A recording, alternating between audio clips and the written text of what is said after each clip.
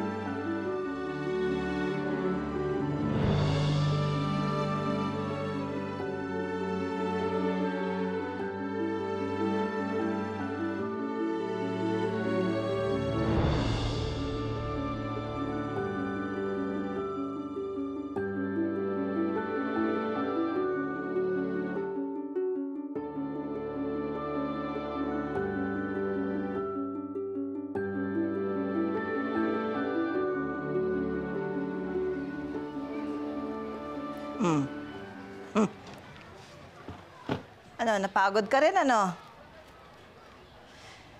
Huwag ka nga humiga dyan. Pwede ba doon ka sa kwarto humiga? May kama doon, no? Doon ka.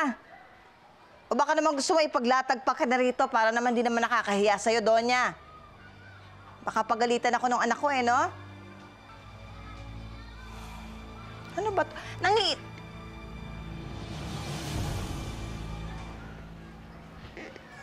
Anak naman ng... ba't naman hindi mo sinabi sa akin naman na nilalagnat ka? Paano yung anak mo, yung bata sa loob ng tiyan mo? Sito, hindi ka nga dito! Nay, yung immune system ng mami, nagbabago ho dahil sa baby. Kung hindi naman po tatagal ng 2 araw yung lagnat niya, magiging okay naman yung sanggol at yung nanay. Ganun po ba? Sige po. Salamat po, Doktora. Ito po pala yung mga gamot. Pakibili na lang po kaagad, Nay. Tapos, hayaan nyo lang makapagpahinga ang anak nyo dyan. Kahit sandali. Hindi ko po siya anak. Asawa po siya nung anak kong magaling. Maraming salamat po, Dok. Kami po na bahala dyan, ha? Sige po, mag-rounds po muna ako. Laura, bakit ka ganyan magsalita? Hindi mo pa ba tanggap yan si Rachel? Bahagi na siya ng pamilya natin? Hindi. Pero yung anak na nasa loob ng sinapupunan niya, oo. Dahil apo ko yun. Yun ang mahalaga sa akin. Bili na nga natin tong gamot na to. Ano ba ito? Hindi ko maintindihan. Hindi kaya masyadong marami yung dala natin? Baka hindi na magkasya yung sa bahay nila. Maganda na yung sobra para sa kanilang lahat na yun eh. Tsaka baka kung ano lang ang kinakain niya doon. Hindi naman kaya masamain ito nung Junior. Kung sa akin manggagaling, oo. Kaya makikipagkita ako kay Cheska eh. Malapit yun kay Rachel. Sasabihin niya, sa kanya galing. Mga bata talaga, no? Tumatanggap ng tulong sa mga friends nila. Pero kapag galing na sa matatanda, nakaka-pride na.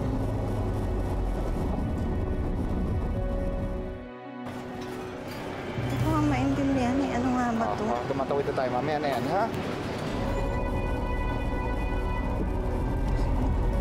Kung ito lang ito. Sino? Laura. Bili na muna tayo ng gamot. Umuwi ka! Hoy!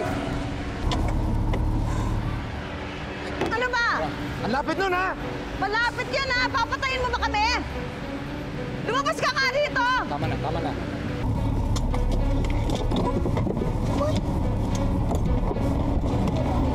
Ano ba ang gusto mo sa amin? Papatayin mo ba kami? Ma'am Ivy.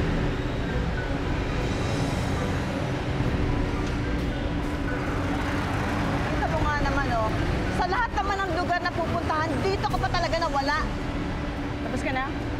Mawid ka na. Hindi ka naman nasagasaan eh. Harang-harang ka sa daan eh. Ikaw, ikot mo yung kotse mo, umalis ka na rito.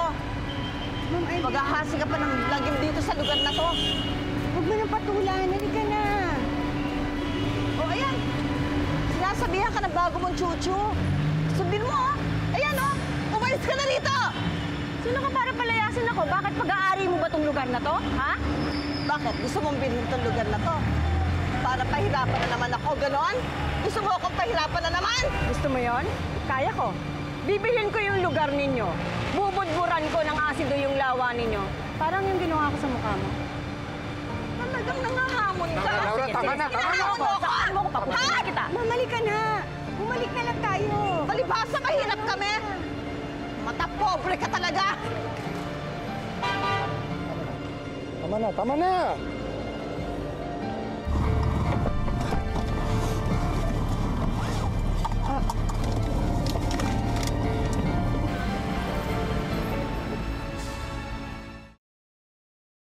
Nasaan si Ivy? Wala siya sa opisina ngayon. I need to consult something. Well, that's strange. Baka naman pinuntahan niya si Rachel sa Rizal. Anong pinagsasabi mo? Akala ko kasi nakonsulta na niya sa'yo yung pagtulong niya kay Rachel. Ang tigas talaga ng ulo ng kapatid mo. Hayaan mo na, Papa. Wag mo na painitin ang ulo mo, ha? Hayaan na lang natin siya sa anak niya. Di ba? Ibigay na lang natin si Rachel kay Ivy para wala ng drama. Hindi! Hindi ko babaliin ang mga patakaran ko para sa kanya. Kung nung una pa lang, hindi niya na ako sinuway, walang kahihiyan na kailangan pagtakpan. Ipapahamak talaga niya ang sarili niya. Kahit anong tulong ang ibigay ko sa kanya. Ikaw! Imbes na patsa-tsa ka dyan, sabihan mo ang kapatid mo bago pa siya magdagdag ng bato na ipupukpok sa kanya. Yun na nga lang ang kailangan mong gawin para may tulong ka sa pamilya, hindi mo pa magawa-gawa.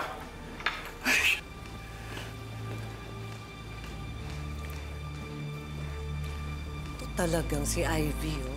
Ako pa sinisisi ngayon. Siya nang gumawa ng kalat, ako na naman ang sasalo.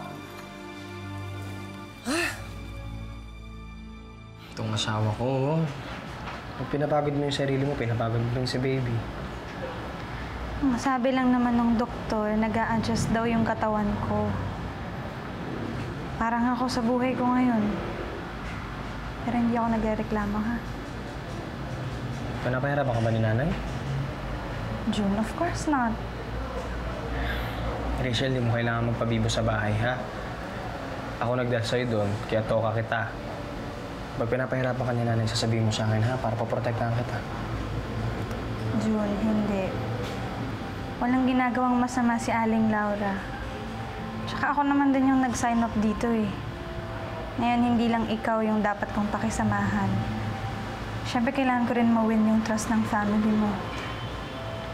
Gusto ko rin makabawi sa kanila sa tulong na binibigay nila. Natawagan ko na si Cheska.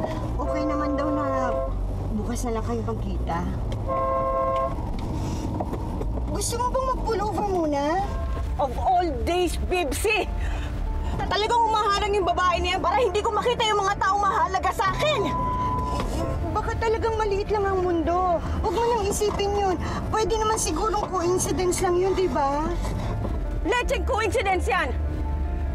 Coincidence ba yun dahil sa kagagawan ng lorang yan? Patay na si Nelson? At ngayon hindi ko matulungan si Rachel. Coincidence ba yun? O talagang pinagtatagpo kami ng panahon para sirain niya yung buhay ko?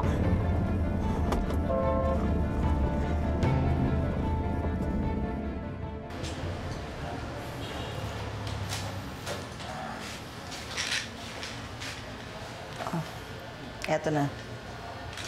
Kompleto yung gamot mo. Parang muusok na naman yung ilong mo na eh. Manager, wag mo nang itanong. Nagpakita na naman siya sa akin. Yung kaaway niyo? Nandito siya paano? Excuse me po. Sino pong kaaway niya? Ano ulit pangalan nun, Nay?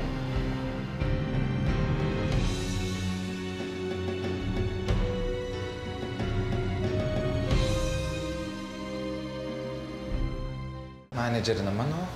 Huwag mo na tanongin yung nanay mo. Yung lumalaki ng butas ng ilong, oh. Oh. Impacta. Impacta ang pangalan niya. Kahit na makalimutan niyo pa ang pangalan niya, ako hindi ko siya makakalimutan. Dahil hindi ko makakalimutan kung anong ginawa niya sa pagmumukha ko. Eto. At hindi ako titigil hanggat hindi ako nakakaganti sa kanya. Ang si nanay kasi may kaibigan siya dati. Tapos nagkaaway sila. Sinubuyan siya ng asido sa mukha. Kaya yun, galit na galit sa nanay.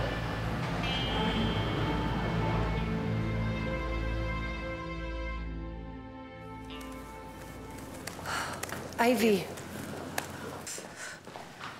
I'm sorry, this is not a good time. Hindi pa ba malinaw ang sinabi ni Papa sa'yo?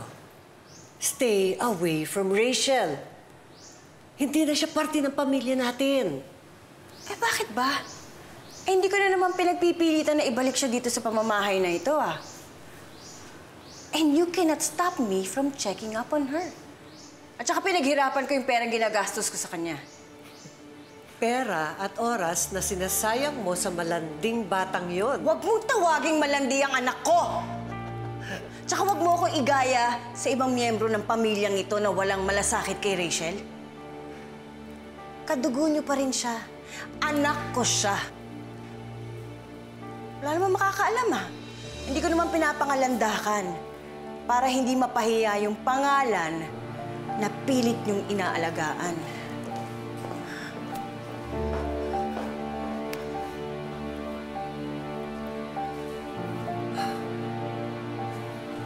May narinig ka ba? Sorry, Mommy. What? No, I didn't hear anything. Bakit? Meron ba akong hindi dapat marinig? Basta, hindi na importante yun. Basta Rachel, dito ka lang sa bahay, ha? Huwag ka na munang pumasok habang nagpapalakas ka. Gusto naman niya yan para makahilata lang siya dito na parang prinsesa.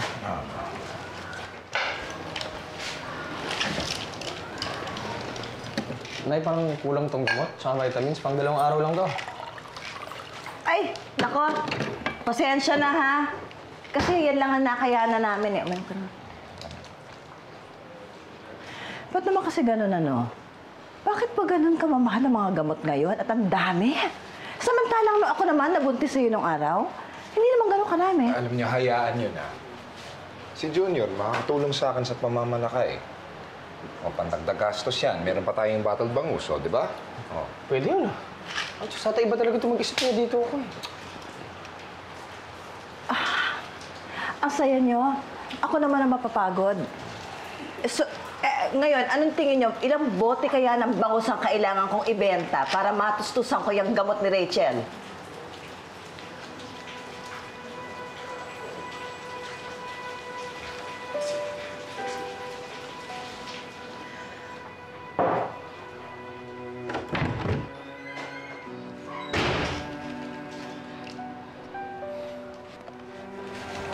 Palamigin ko muna yung ulan nito. Hindi naging magandang araw niya.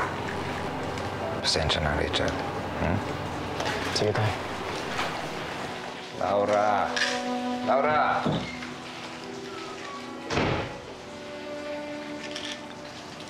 June, ayoko nang makahassle sa expenses niyo. Pwede naman ako manghiram ng pera kay Cheska eh. O kaya ibebenta ko na lang yung mga dadala ko na jewelry. Rachel, hindi. Kung may mag-aalaga sa'yo, ako lang tsaka yung pamilya ko, ha? Tsaka kahit kailan ako mahasal, alagaan ko tsaka yung baby natin, ha? Kung isipin mo. Pwede mo muna ito.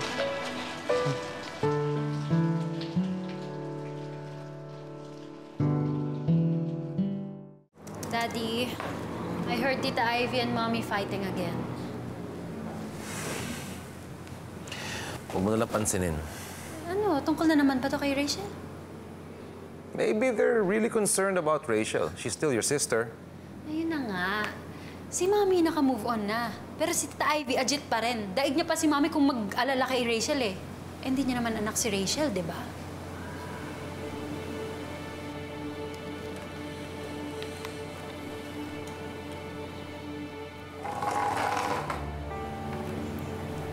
Ano, Dad? Is there anything that I need to know? Maybe about Rachel or Tita Ivy? Wala naman, anak. Maalalahanin lang talaga ang Tita Ivy mo. Siguro kung nangyari sa'yo yung situation ni Rachel, she'll worry the same way. Teka, magaling ka sa figures, di ba? Baka pwede mo akong tulungan dito sa numbers. Liga.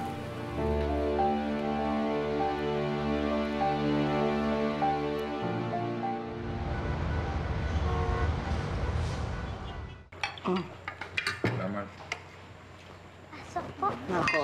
Nay! Kanina pa po kayo nahanap ni Mrs. Ruiz. Magandang gabi po. Ma'am, magandang gabi po. Ako sana po ang luluwas.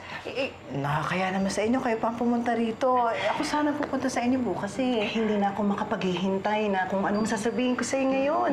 May bago tayong kliyente, Laura. Kukuha ng 300 na order na bottle na bangos para daw sa isang expo. Oh, ito nga, oh. Nagbayad na siya ng down payment. Magbibilad ako ng tinsoy ngayon din. Kasi nga, ha? Parating may natatagong paraan para makalusot sa lahat ng problema. Buti naman minemorize mo. Akala ko yung hinagpis lang ng nanay niyo, alam niyo eh.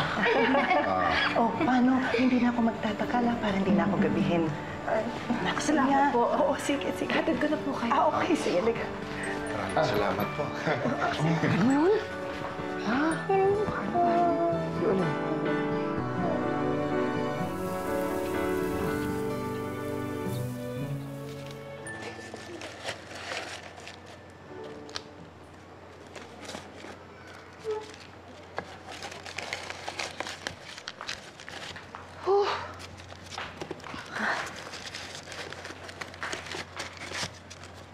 Ano yan?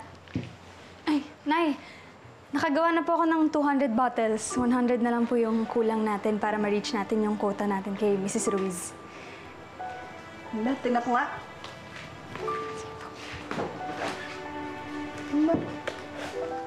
Marunong ka rin naman palang gumawa eh.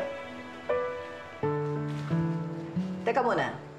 Ito ba, nung habang pinakukuluan mo, tinakpan mo? Hindi po dapat, diba? Hindi dapat!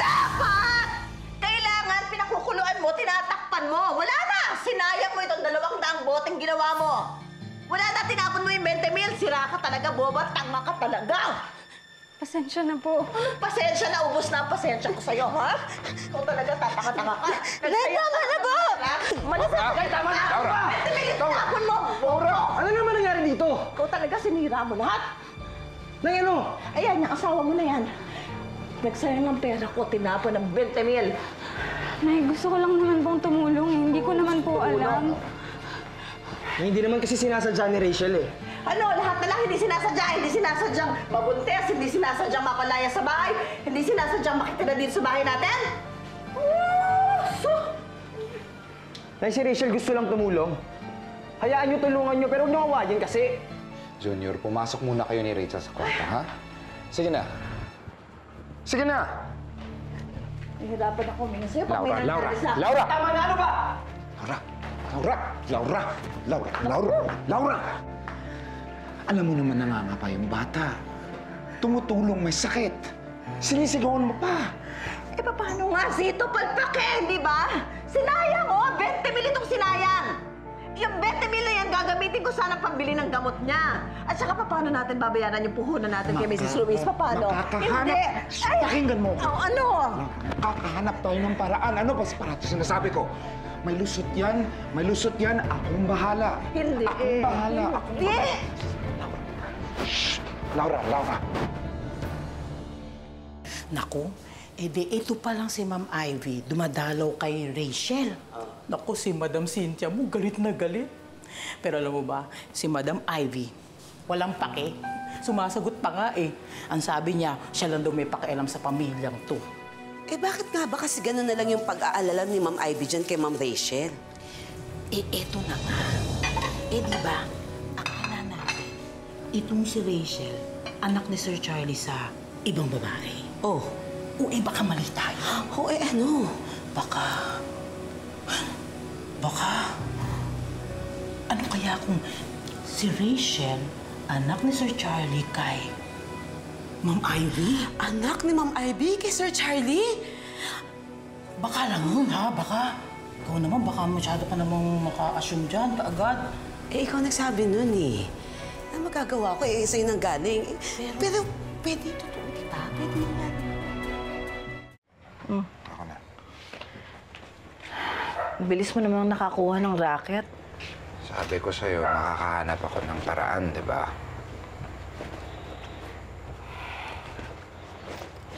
Eh, kailan ka naman babalik?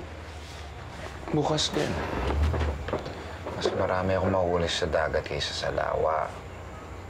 Makakatulong din yun sa utang natin kay Mrs. Ruiz. Pati na rin sa gamot ni Rachel. Ikaw talaga ang kumakayod para sa babaeng yan? Para nga sa atin yun eh. Tapos yung extra, pwedeng gamitin natin pang-celebrate bukas na yon. Eh, yun na nga, ibisperas ng birthday mo. Tatrabaho ka.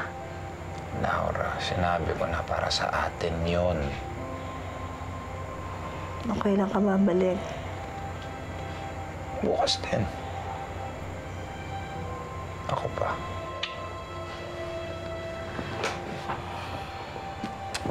Yun ako naman, Sito. Lahat na lang ng problema natin, ikaw ang lumulutas. Paano kaya ang gagawin ko pagka wala ka na? Ay, huwag ka magsalita ng ganyan. Wala ka pa bang bilib sa akin? Lakas-lakas mo sa akin eh. Kahit kung minsan parang baliw ka. Mas baliw ko sa'yo. Baliw na baliw sa'yo. Uy! Huwag ka ganyan o. Alis na ako, di ba? Ay, na nga. Umalis ka na nga. Lambingan lang. Ayun! Ano? Aray! Aba! O, nasira yung pang-ipit ko talaga to. Bata. Ako talaga. Alis na ako. Sige, umalis ka na nga. Rachel? Rachel, pasensya na kay Laura, ha? Naintindihan ko naman po eh.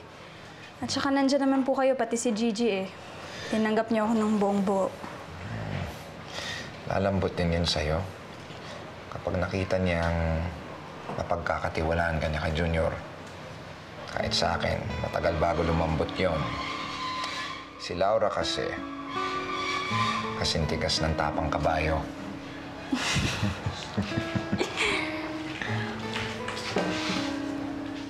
Ang gaan niyo po kasama, no?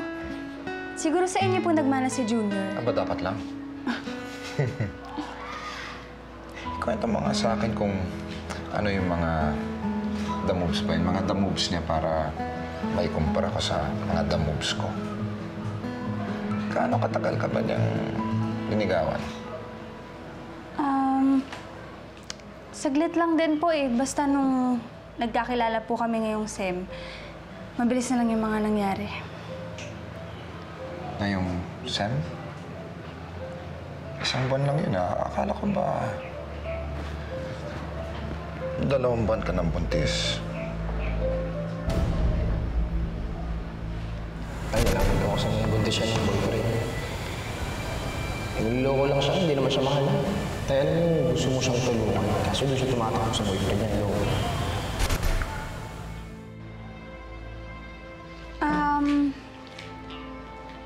Ibig ko pong sabihin pala, last sem po. Tama, opo, last sem. Nakalimutan ko lang.